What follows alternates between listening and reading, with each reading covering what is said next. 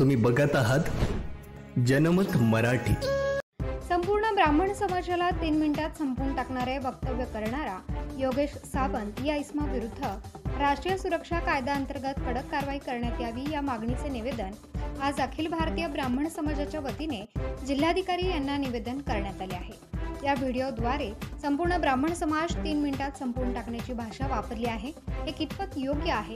त्याचबरोबर सदर माणसाने या व्हिडिओमध्ये जी भाषा वापरली आहे ती सर्व धर्म समभाव आणि समाजातील सलोखा संपुष्टात येण्याच्या मार्गावर नेणारी आहे। त्याचबरोबर अनेक प्रकारे समाजाचे विघटन करणारी आहे। तरीही संपूर्ण ब्राह्मण समाजातर्फे आमची अशी मागणी आहे, त्या माणसावर सामाजिक तेढ निर्माण करणे, त्याचबरोबर विशिष्ट समाजाला संपवून टाकण्याची जाहीर धमकी देणे या संदर्भातील गुन्हा नोंदवण्यात यावा अशी मागणी आम्ही करत आहोत। या प्रसंगी ब्राह्मण महासंघ शहराध्यक्ष भगवंतराव पाठक, भूषण जुन्नरे, संदेश पाठक, राजभाऊ कुलकर्णी, सोनाली कुलकर्णी, निकिता पाठक यासह समाज बांधव मोठ्या संख्येने उपस्थित होते। गेल्या 2 दिवसापूर्वी इंदापूर तालुका बारामती जिल्हा येथे योगेश सावंत नावाच्या एका माथे फिरू वेडसर तरुणाने एक वक्तव्य केलं की 3 मिनिटात मी महाराष्ट्रातला ब्राह्मण समाज संपवून टाकेल।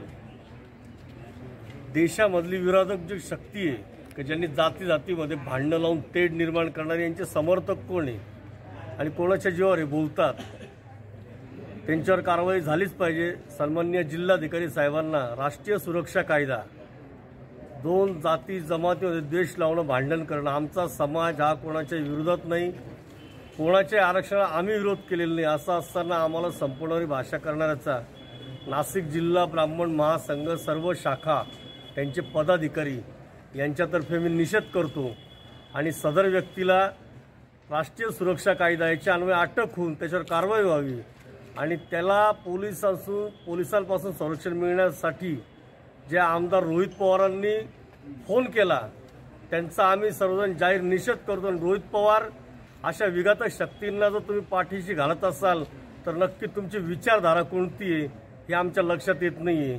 आणि त्या योगेश सावंतला मी ओपनली चॅलेंज देतो, 3 मिनिटांमध्ये तू ब्राह्मण समाज काय 1 मॅन शो एकट्या माझ्याशी लढून घे, मला जरी हरवलं तरी खूप आहे आणि आम्ही कोणाला हारणार नाही आणि आम्ही कोणाला दबणार नाही आणि जर त्याच्यावर कारवाई झाली नाही तर याच्या पुढचं आमचं आंदोलन हे अतिशय उग्र स्वरूप असेल। जय परशुराम।